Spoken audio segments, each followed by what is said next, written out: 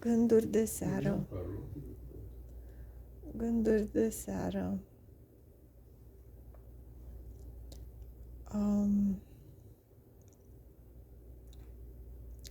Dumnezeu cere de la noi să-L slăvim, așa se pare. Doar că să-L slăvim e echivalent cu să-L slăbim. Este foarte puternic și ca să-L slăbești trebuie să te lupți cu El și să obții un rezultat bun. Altfel, există și varianta de a lăuda, probabil, însă nu știu dacă este corect înțeles. Ca să lauzi pe cineva, trebuie să fii foarte versat.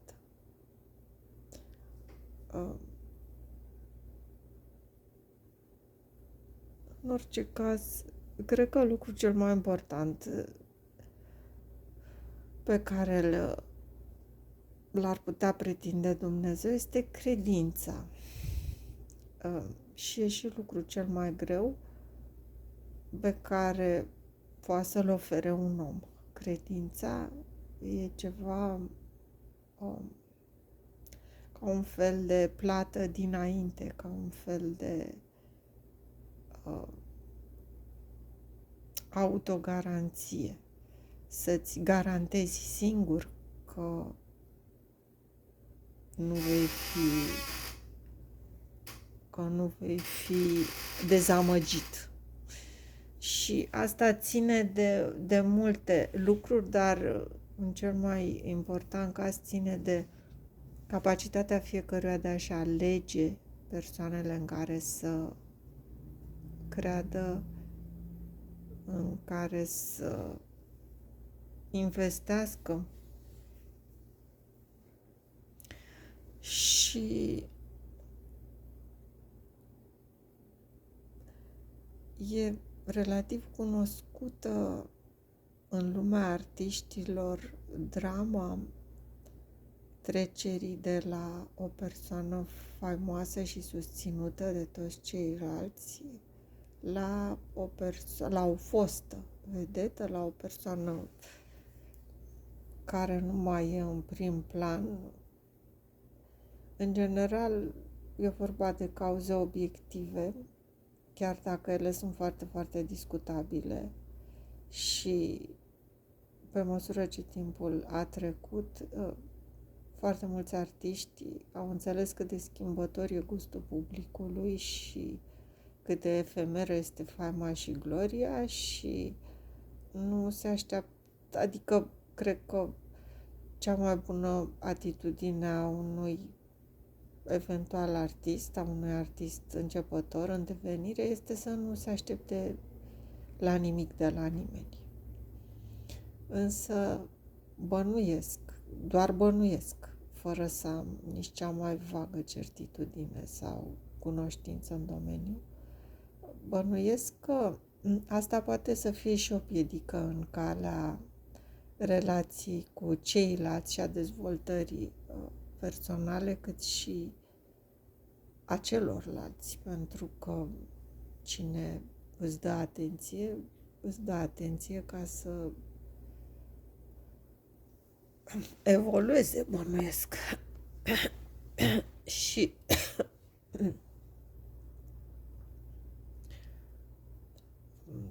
ajung chiar la ideea asta de a crede în cineva. Și s-a întâmplat ca artiștii, să zic așa, actorii, în care publicul a crezut pentru că au convins într-un film, să nu mai convingă în următorul. Sau să pară că se lasă pe pânza de păianjen a satisfacției garantate care se așteaptă de la ei. Publicul vine deja cu niște așteptări. În orice caz, ca publicul sau oamenii să aibă încredere în tine și ca un artist să accepte lucrul ăsta, înseamnă și să-și ia un mare angajament. Și odiosus, cred că este situația în care oamenii nu cred suficient în Dumnezeu și El doarme. Adică îi lasă pe fiecare să-și facă de cap.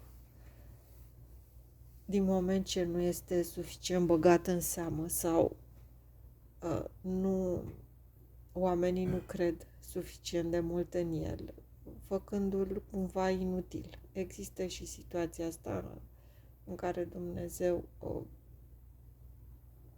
doarme, în sensul ăsta că nu are cu cine să se lupte sau cui să-i demonstreze ceva, cui să-i demonstreze măreția sa.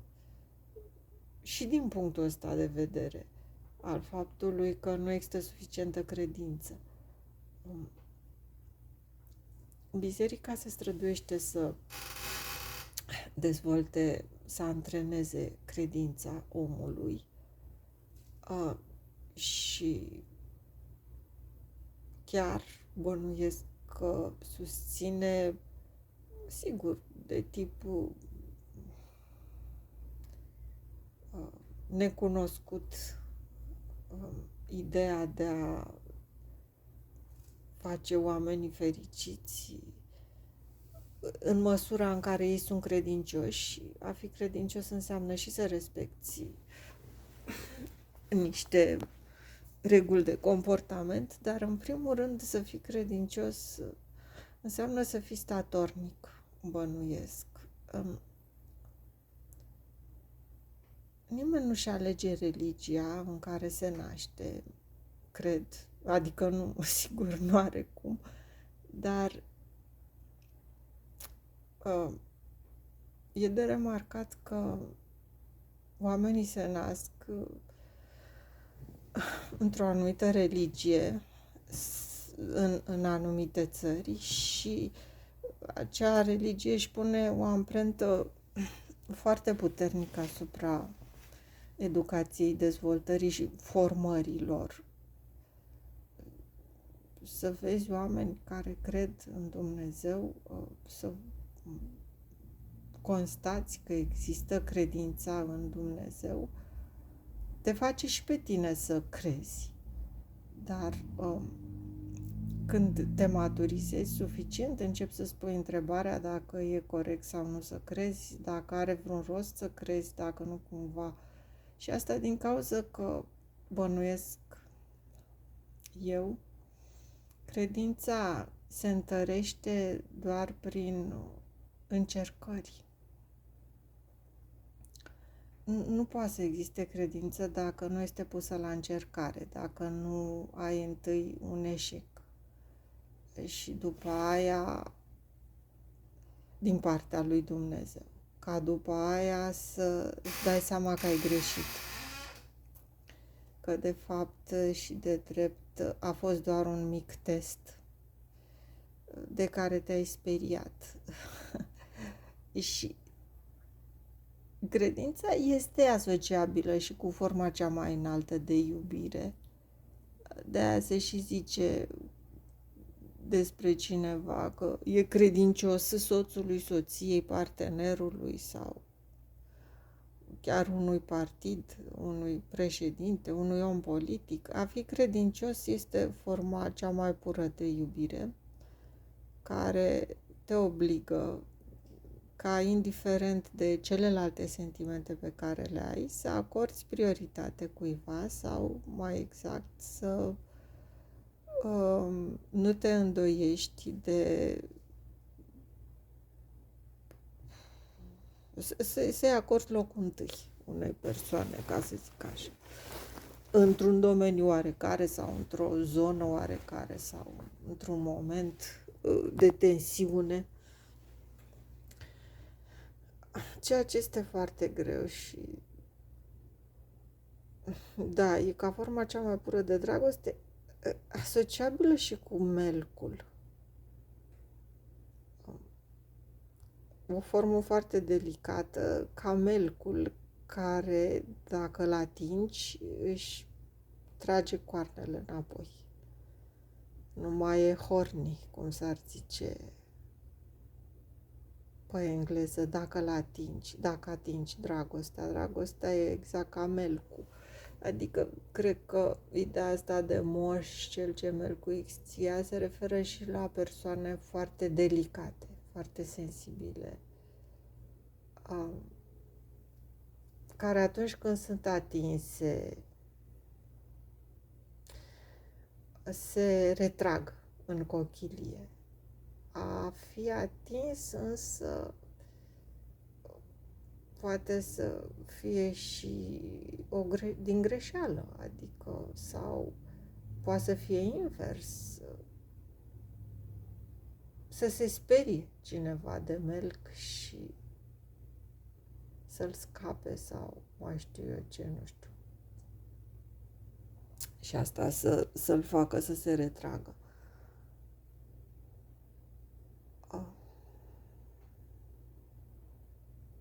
Da, asta au fost niște gânduri de seară.